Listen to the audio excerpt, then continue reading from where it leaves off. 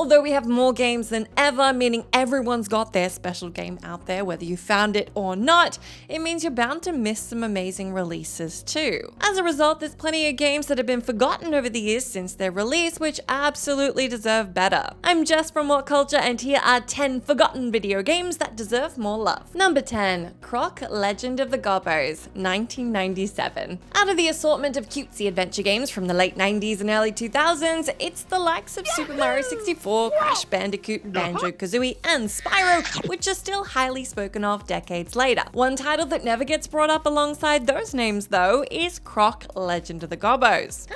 The first game to feature the titular hero, the plot followed the adorable reptile as he set out to save his furry gobbo friends after they're captured by the evil Baron Dante at the start of the game. To rescue them, players must find the hidden key in each of the levels to unlock the cages that the gobbos have been imprisoned in. Although the premise was nothing particularly groundbreaking for the time, with the controls being just as finicky as most other early platformers, what made the game special was its charm. The characters were lovable and endearing, the environments were vibrant and colourful, and the game contained an upbeat soundtrack that was capable of rivaling any of the feel-good tunes from Mario or Crash Bandicoot. With the franchise fizzling out a few years later, it's a shame not enough people remember this lesser-known mascot of video games. Number 9, Bugs Bunny and Taz, Time Busters, 2000. An indirect sequel to the equally fantastic and criminally overlooked Bugs Bunny Lost in Time, Bugs Bunny and Taz Time Busters is a hidden nostalgic gem deserving of a second look. The premise sees Granny recruit the eponymous rabbit and marsupial to salvage the missing parts of her broken time regulator after it's destroyed by Daffy Duck, who wants to claim the precious gem that stabilizes it. Their pursuit of the greedy duck takes them to various periods in time, ranging from an Aztec pyramid to a creepy Transylvania, where they need to work together to solve puzzles,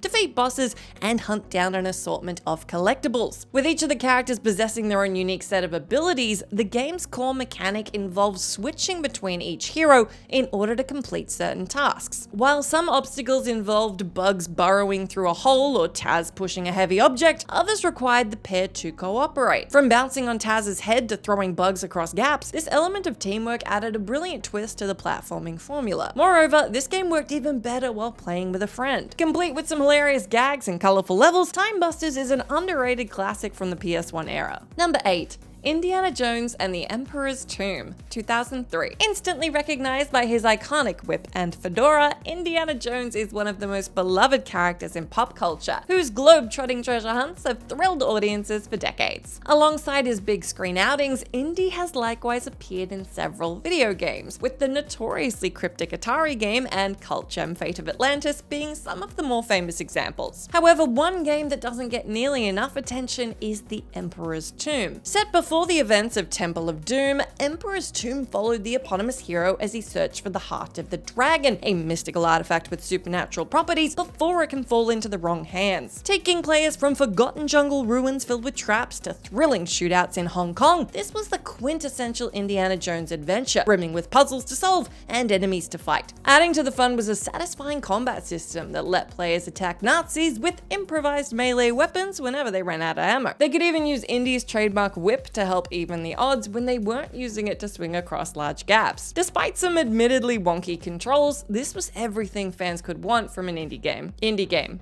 like Indiana Jones game.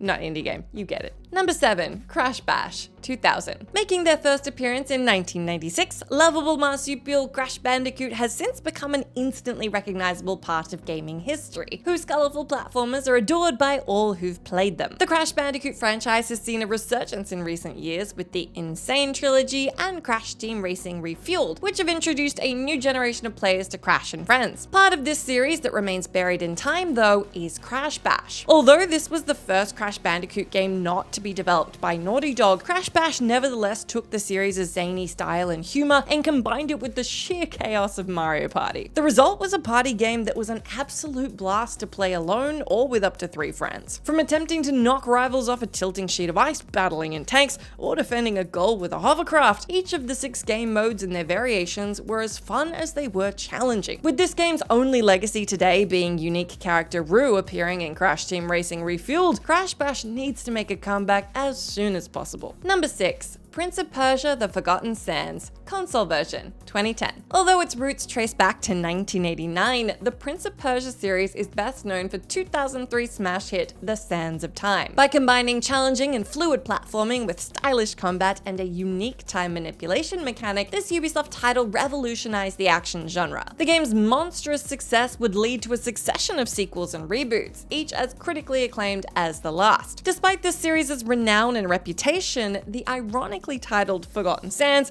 has become a scarcely discussed footnote in gaming since its release in 2010. While other versions of this title differed drastically in their gameplay and plot, each iteration was set between the events of The Sands of Time and Warrior Within, and saw Yuri Lowenthal reprise his role as the eponymous prince. Not only was the superior console version a technically impressive game for the time, but it featured some of the best platforming in the series to date. The power which enabled players to freeze water brought a refreshing layer of challenge to the already outstanding formula, with the later sequences demanding precision timing to master. Although Forgotten Sands isn't the best remembered Prince of Persia game, it's still more than worth playing today. Number 5. Maximo: Ghosts to Glory, 2001. A full decade before players experienced the punishing torment of Dark Souls, there was Maximo: Ghosts to Glory. Designed as a 3D iteration of the notoriously challenging Ghosts and Goblins games, this Capcom title sees the eponymous king strike a deal with the Grim Reaper after he's betrayed and killed by his former advisor Akil. In exchange for being resurrected, Maximo must stop Akil from harvesting souls from the underworld to amass an undead army. What follows is an unforgiving hack-and-slash adventure through creepy graveyards that puts players' skills and patience to the test. Environmental obstacles and enemies will ambush players at every opportunity, whittling down Maximo's health bar until he's left wearing only his boxes. With the cost of each death raising the price of resurrection, players are encouraged to master each level until they're able to reach the next save point with enough resources to spare. By learning how to best utilize each of the weapons and power-ups, players will eventually hone their skills enough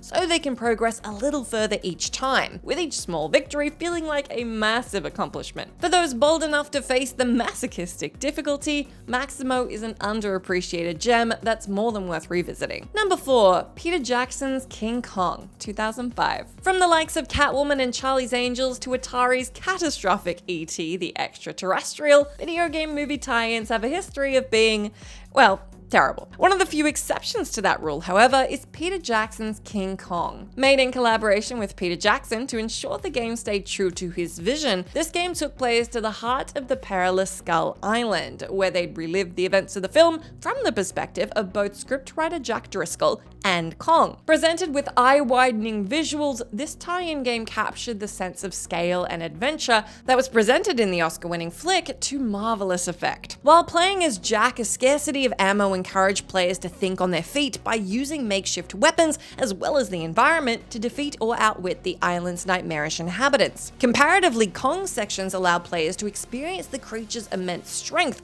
by traversing the jungle and brutally dispatching even larger enemies. More than just a faithful adaptation of an excellent film, this game immersed players deep within the action and was a lot of fun to play. There was even an alternative ending that could be unlocked by achieving a high enough score when replaying the game. Number 3. Pitfall: The Lost Expedition, 2004. Putting its stamp right at the beginning of the platforming genre with 1982's Pitfall for the Atari, the Pitfall series holds an important spot in the gaming landscape. With a handful of sequels following in the years since, it's Pitfall: The Lost Expedition which has gone unnoticed by modern audiences. Released for the PlayStation 2, this entry transformed the, what's another word for eponymous, guy in the title, Pitfall Harry, from a voiceless sprite with no personality into a charming, wisecracking rogue who finds himself stranded in the jungle following a plane crash. What begins with Harry searching for fellow members of his expedition soon turns into a wild plot involving old rivalries and some supernatural elements. Brought to life with vibrant level design and a suitably wacky sense of humor,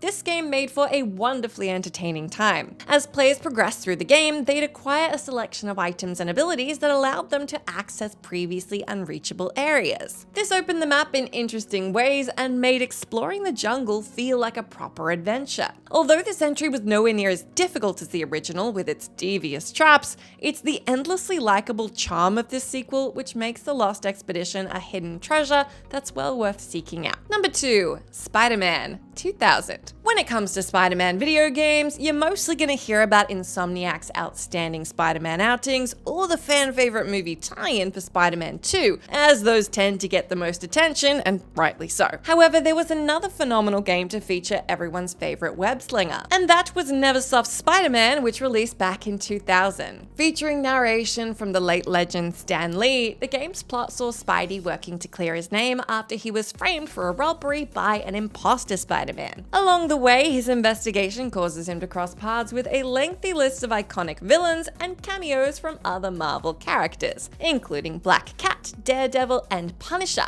in what quickly ramps up to an exhilarating comic book outing. Although the web swinging was much simpler than the fast-paced traversal of modern Spider-Man games, this title was nevertheless hugely ambitious for the time. Players could zip up to ceilings, crawl on walls, throw objects, and unlock a selection of alternative costumes for the hero to wear. Despite the technological limits of the time, playing this game let players live out their superhero fantasy to the max. Given how fantastic this game was, it's no surprise that its central mechanics would become the foundations of modern Spider-Man games, so it's worth checking out. Number 1, Rule of Rose, 2006. From iconic heavyweights like Silent Hill and Resident Evil to the cult favorites of Siren and Fatal Frame, Japanese horror games are some of the most intriguing and frightening genre outings that players can experience. One title that likely hasn't appeared on most horror fans' radars is Rule of Rose. Released in 2006 for the PlayStation 2, this psychological horror saw 19-year-old orphan Jennifer wake up on an airship after being attacked by a group of masked children at the start of the game. Her assailants are a group of cruel kids who call themselves the Red Crayon Aristocrat Club. It's the teenager's job throughout each chapter to explore the claustrophobic airship alongside her canine companion to find gifts for each of the other girls. Despite some unruly controls that made combat more frustrating than scary, this title was a genuinely unsettling portrayal of abuse and trauma that was laced with a chilling atmosphere. Rounded out with a beautiful soundtrack and stellar visuals, Rule of Rose is one of the best games that most people haven't even heard of. With moral panic causing the game to be banned in the UK shortly before its release,